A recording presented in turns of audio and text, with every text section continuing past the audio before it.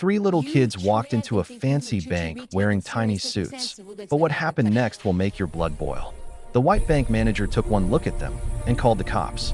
What she didn't Their know mother. is that those kids were the children of the bank's I'm their new mother. CEO. And What followed next left the entire bank in shock.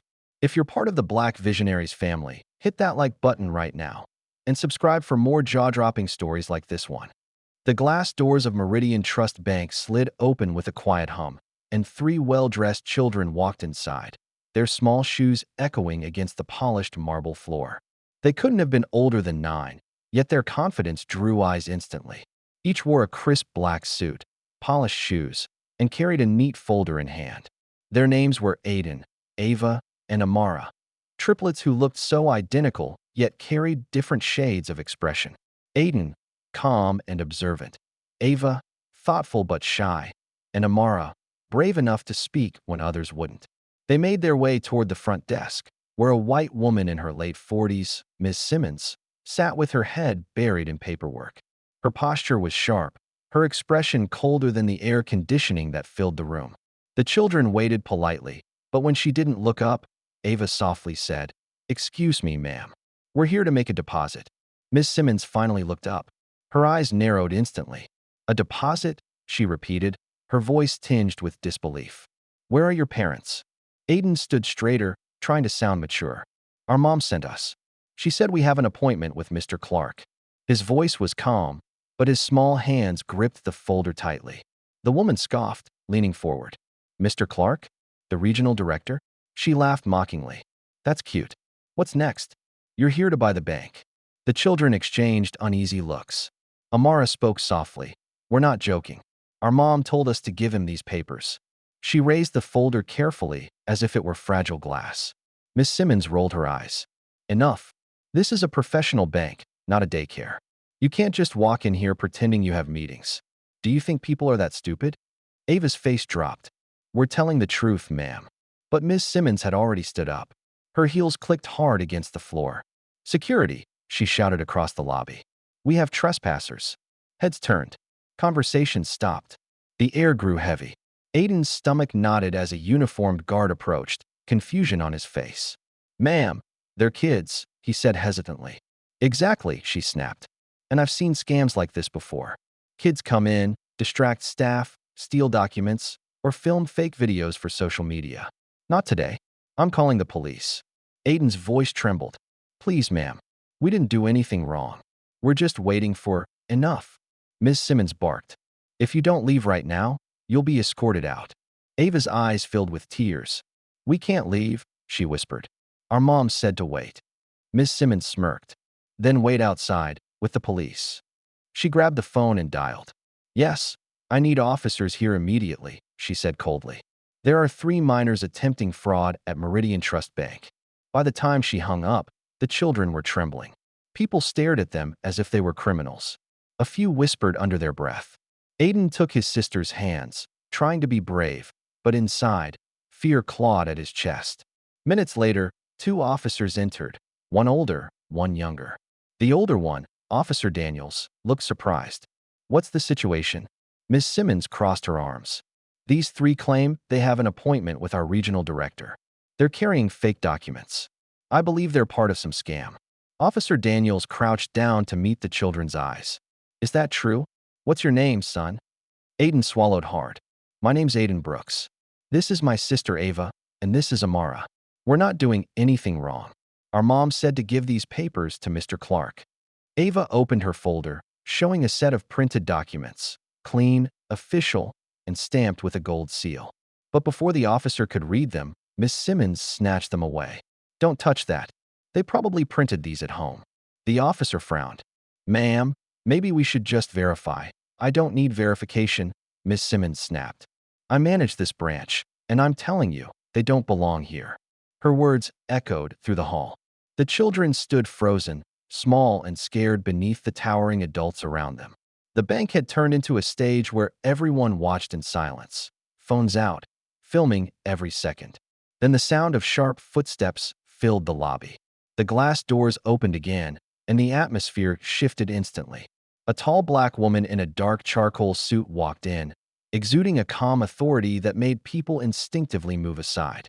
Her heels clicked confidently, her posture flawless, her expression unreadable. Behind her were two assistants and a man in a gray suit carrying a briefcase. She scanned the room once, and her gaze stopped on her children. "Mom!" Ava cried, breaking into tears. The woman's expression changed. Calm, but with a fire behind her eyes. She walked straight to them, every step deliberate. "Aiden, Ava, Amara," she said softly, kneeling down to their level. "What happened?" Ms. Simmons's confidence cracked. "Ma'am, who are you?" "Are these?" Naomi Brooks stood up slowly, her presence commanding the entire space. "Yes," she said coolly. "I'm their mother." For the first time, the bank fell completely silent. Even the security guard froze mid-step. Naomi turned to the officer. "Why are my children surrounded by police officers in a bank that I partially own?" Ms. Simmons blinked rapidly. "You what?" Naomi's gaze didn't waver. "You heard me. I'm Naomi Brooks, CEO of Brooks Financial Holdings. I have a meeting here with your regional director, Mr. Clark. My children arrived early because I was finishing a call downstairs." The officer looked embarrassed. "Ma'am, I'm sorry. We were just responding to a report." "I understand, officer," Naomi interrupted calmly. "But tell me something. Who made the report?" All eyes turned to Miss Simmons. Her voice cracked. I just thought they looked suspicious." Naomi took a small step forward. "Suspicious? Because they're children in suits? Or because they're black children in suits?" Simmons stammered. "That's not what I meant." Naomi raised her hand slightly. "Save it. The only thing you meant was to humiliate children who didn't fit your narrow idea of belonging." Her tone was calm, but every word landed like thunder. At that moment, Mr. Clark, the regional director, rushed out of his office, looking alarmed. "Dr. Brooks, I'm so sorry for the delay. Naomi didn't take her eyes off Miss Simmons. "Mr. Clark, before we continue our acquisition meeting, please escort this woman out." Effective immediately, Ms. Simmons's jaw dropped. "You can't fire me." Naomi finally turned toward her fully. "You called the police on my 9-year-olds for trying to make a deposit. You humiliated them in front of strangers, accused them of crimes, and wasted police resources, all because of your prejudice." Her tone hardened. "You're done." Mr. Clark nodded to the security guard. "You heard her." As Ms. Simmons was escorted out, her face pale and stunned, whispers rippled through the crowd. One customer muttered, "Good for her." Another said, "About time someone stood up." Officer Daniels cleared his throat, visibly uncomfortable. "Dr. Brooks, on behalf of the department, I apologize for the misunderstanding." Naomi's face softened slightly. "You have nothing to apologize for, officer. You came to help. Thank you for being respectful." She knelt to her children again. "Are you okay, my loves?" Aiden nodded slowly. "She said we didn't belong here." Naomi smiled faintly, brushing his cheek. "People like that forget that belonging isn't given. It's earned through character. And you three already have more of that than most adults." Ava sniffled. "Are you mad, Mom?" "No," Naomi said softly. "Just proud. You stood your ground with respect. That's power." The crowd inside the bank began to clap quietly. Even the tellers smiled. Naomi turned toward them and said, "Let this be a lesson. Never assume someone's worth by their appearance. The world changes when people choose respect over judgment." Mr. Clark nodded. "We'll handle everything, Dr. Brooks." Naomi smiled faintly. "I know you will. Because this branch is now under new leadership, and we'll make sure everyone here understands what professionalism really means." As Naomi and her children walked out of the bank, sunlight streamed through the glass, reflecting off the marble floors. The officer held the door open for them with quiet respect. Outside, the city hummed softly, cars passing, people watching. Aiden looked up at his mom and said, "You didn't even raise your voice." Naomi smiled, holding their hands. "Because true power doesn't need to shout, son. It speaks through calm and truth." The moment was captured by one of the bystanders recording on their phone. By evening, the video went viral. Millions watched it under the caption, "CEO Mom teaches racist bank manager a lesson she'll never forget." The comments flooded in, stories of similar experiences, people praising her composure, parents teaching their children about dignity and courage. The bank released a public statement the next morning, officially confirming the firing and apologizing to the Brooks family.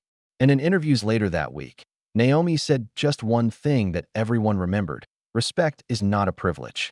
It's a right. And if my children had to remind the world of that, then it was worth it.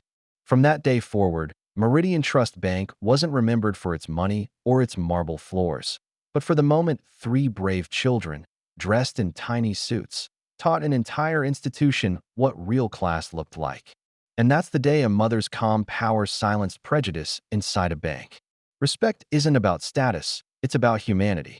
If this story moved you, don't forget to like, subscribe, and share it with someone who believes in justice and dignity for all.